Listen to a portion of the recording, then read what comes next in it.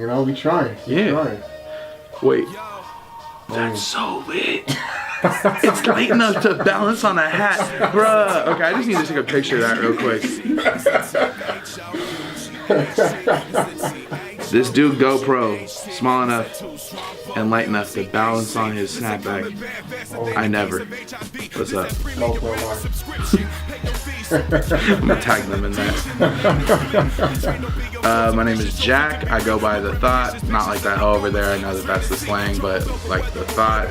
Think Thought Bubbles. I go by The Thought. I'm from Pasadena, California. I currently live in Pomona here at the Dope Spot. And I'm an MC. I write words and I say them at speeds. Earning averages in prison, those are systems out the game. Refuse to get too tame, a missionary in the name of when I know my aims, when I'm hip to my high. Now I'm saying not like that. Dope. How's it feel to be in the same genre of music as great artists such as Post Malone? You're savage for that. All right, anywho, we'll get back to that question later. How long you been in MCing for? Okay, see, that's a tricky question because there was like a few years there where I was definitely like a rapper. Mm-hmm. Like, I didn't really become aware of the difference between an MC and a rapper until like about 3 years ago. Mm-hmm. So I'd say actually being an MC, I could say 2.5 to 3 years. 2.5. But as far as like rhyming and like trying to write and record music, about 6-7 years. Yeah. Like when you say the differences, because me and my business partner, we go over the difference of MCing and rapping all the time. What would you say is in your own words, your perspective of things? The way I look at it and the way I was kind of like coached to look at it through people like Mozaraf and, KRS-One and like just people who I've heard and gotten a lot of information from, a lot of background on the culture. Rapping is the just physical act of speaking words quickly in a certain pace and a certain flow. MCing is participating in hip hop culture as a rapper. So it's the level of the involvement and it's what your motivation is that I think really makes the separation there. So I wasn't really trying to do anything as like a matter of culture until a matter of a couple years ago. So that's why I kind of separate that line. Because before that it was just doing something I thought I was good at, and even though I wasn't. I mean, you good at. I mean, I heard you gave me your last album, I believe. Yeah, Food for Thought. Yeah. And like when I heard it, I was like, man, this dude got. It always surprised me, like, cause I always put a voice to somebody when they give me their CD, and then when you gave me yours and I listened to it, I was like, that's not that dude. I was like, this the feature, and he about to rap in a minute, and the whole album was it's like such a soulful voice, man. Like, how did you? When was the day you realized you had a voice like that? Like the voice aspect, that was years in the making. I think the first time it really clicked, I was working on a track that's on. You're not gonna find this online. It's nowhere. It's nowhere to be found. Don't fucking bother. Don't try. I dropped a mixtape back in the day called "'Tis the Season." That was in 2013, and when I was recording one of the tracks on that, I think that was the first time that I ever like realized I really could like do more with my voice than I thought I could. Because I like hit. It wasn't even done that well, but I hit like this one note and this one kind of pitch, and I was like. And I was kind of like stuck on that for like months, and I was like, oh, I could do so much more with this. So when I got back to LA and started like actually working with people, that just elevated everything. That's what's up, man. Yeah. And you've so far, like you said, you work with Black Noiz, you're working with Mose and Ralph, the whole collective over there. What's that whole aspect of the, I guess, culture like, where you just working with so many different talented. I'm blessed that like Mozaraf was like fucking with me enough, like as far as my material and what I was trying to do musically, to bring me on to Black Noiz, because that's his collective. Like he started that in like 2003. I was 9 years old when he started Black Noiz. Like he been doing Black Noiz, but he's like brought back the trying to bring a whole team on, and I was just blessed that he was down to have me as part of that team. I recorded most of Food for Thought with him at his house, and that's how we got to know each other. and he started plugging me on the Hip Hop Fest, and I was not good at performing at that point yet. I hadn't really got my feet back with it, but he was willing to extend me that opportunity. And when I started, working with him, helping set up with everything, I'm paying him money to record and all that, he's just like, okay, yeah, I can tell that you're fucking with us, and I like your music, so like you can squat up if you want to squat up. And I was just like, ah. So I moved my ass out here like less than a year later. I was like, okay, for sure, this is where the fam's at for sure. As an artist, that you're done and it needs to be released. I'm still learning on that end, to be quite honest, and I think that it's good to be in a mindset where I'm still trying to learn how to do that better, because even with Food for Thought, I actually just recently I took 19 songs off of the album. So when you go on my SoundCloud, the album's now 17 songs instead of the initial 42 that I had released. And those numbers sound like they don't match up, but they do. Just y'all missed it if you didn't know. You got little Asian kids doing math. Exactly. Yeah, y'all need to figure that out. Bust out the calculator. But yeah, so there's only 17 tracks left on there, and I wish I had the self-realization of what a lot of those songs were, because with Food for Thought, I was trying to have like a buffet. I was trying to serve a bunch of food, and I didn't realize how many of those things were how many songs were candy and cigarettes or soda rather than food. So I went back through and kind of cut it out. So the one that's up on my SoundCloud at this point is called the Gastric Bypass edition of Food for Thought. Just being an artist out there, what is I guess some of the hardest parts of just being, like you said, you started off as a rapper, now you consider yourself an MC. What is some of the more difficult parts of that transition for you, of diving deeper into the culture and learning what hip hop is and truly should be?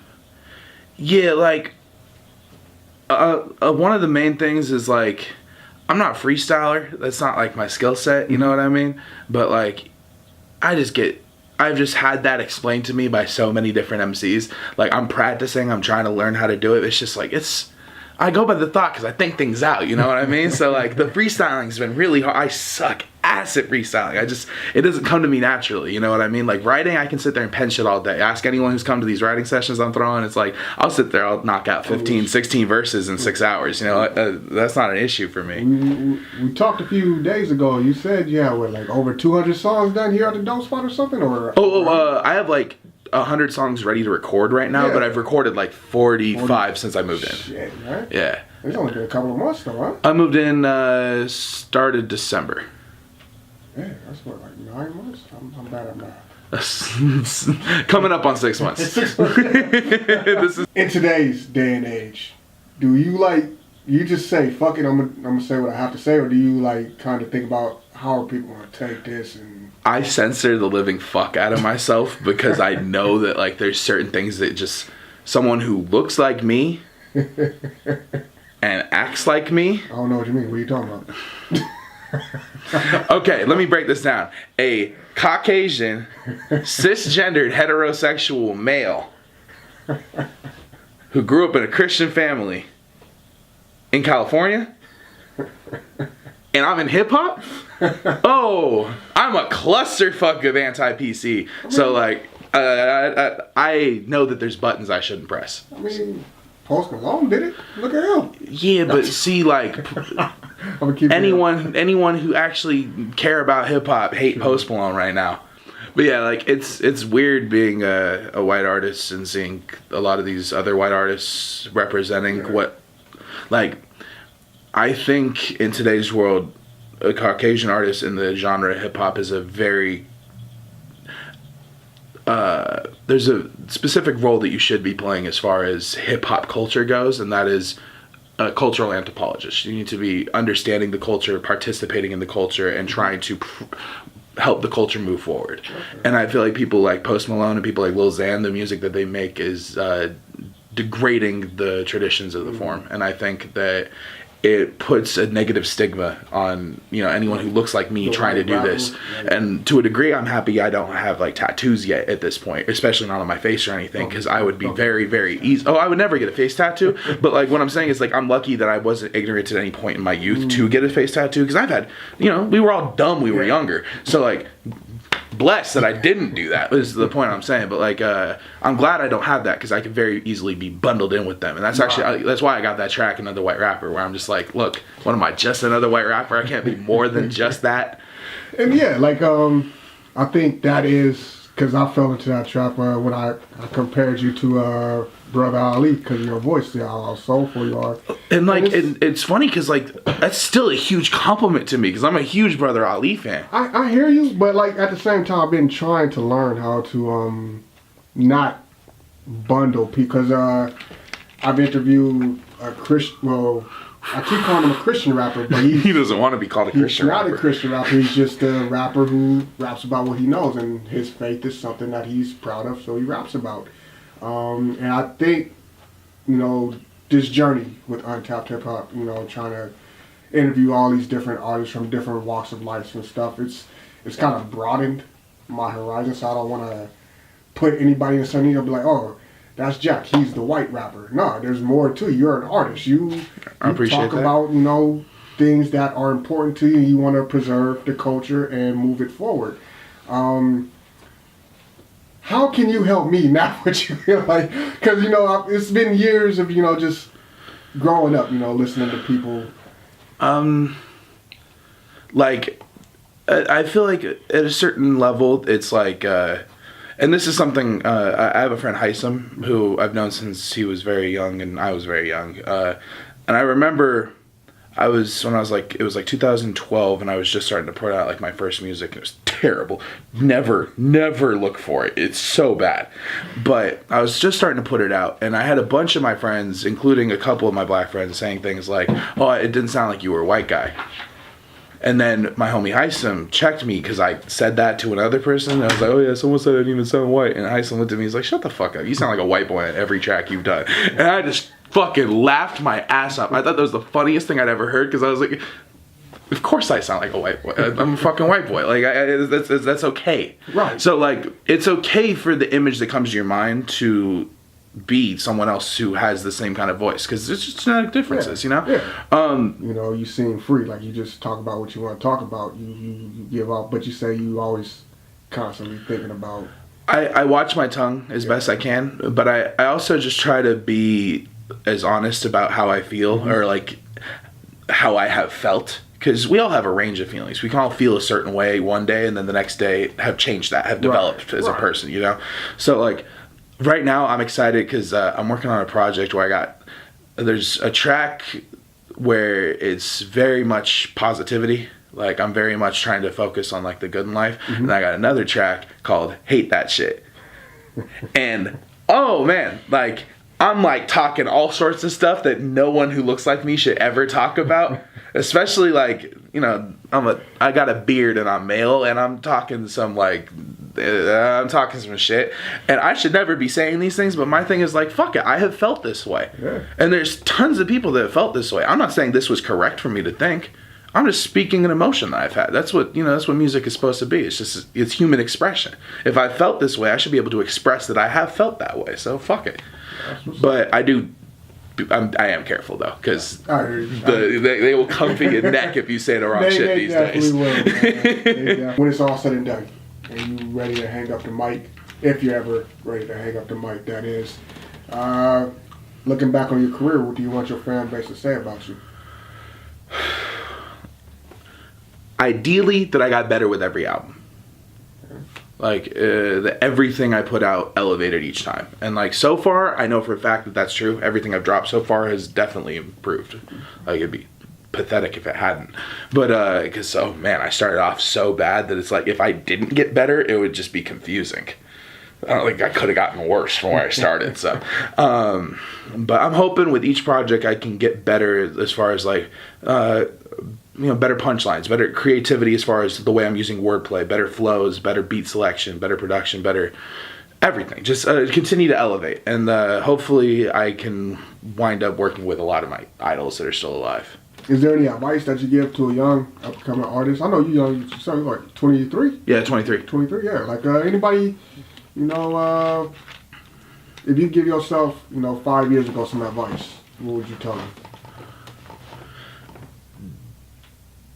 Don't get caught up on any one song. let yourself express. If there's something that really speaks to you and you feel it like deep down, that okay, I just gotta do that, run it. But attachments as far as songs go are unnecessary. You can always improve, you can always rewrite, you can always scrap or hold for later. There's a million things you can do, you know what I mean? I wish I had known that earlier. But the other thing that I'd recommend is like, understand what a pocket is and stick in it. If you can figure out what a pocket is and you can stay in the pocket, you're up there already. Like you're top 1,000 MCs all time the second you figure that out, because 90% of the people that are famous right now don't know how to stay in pocket. So where can they reach you out? Where can they hear your music? Social media, websites, anything that you want to drop? I'm on Instagram and Facebook at The Thought Here. And remember, that's the THOUGHT. So I'm The Thought Here on Facebook and Twitter and Instagram. And then if you want to find my SoundCloud, just look up The Thought JFM. That's my initials. And I'm on Bandcamp as thethoughthere.bandcamp.com, where you can download the whole album. But mainly, go to blacknoise.com for information about the Hip Hop Awareness Festival. I'm going to plug my shit. Or not my shit, but the team shit. Word to Moz and Rap. And thank you, bro, for having me on here. It's fun to be interviewed. Yeah. Thank you, man. Thank you. I'ma capitalize on these capital lies, make my capital rise in the name of capital lie. I'ma rationalize how we let the rational die, how many rations I buy. I'm just a rational guy. We gotta make a master wait while we masturbate, and once I master late, we can master breaks. We gotta demonstrate that it's a demon state. Crack the resin crate so we can resonate. Commit atrocities, acrosities who lost with me. We get in raw litty, habatrosity, the flosity. Make a mockery of the monotony until the frocks you see all want apostles free. Hold creationism until you create a schism, and then creationism about creativism. Oh, hold fatalism until it ain't an ism, and your fatal vision can't even fade a prism. Yeah.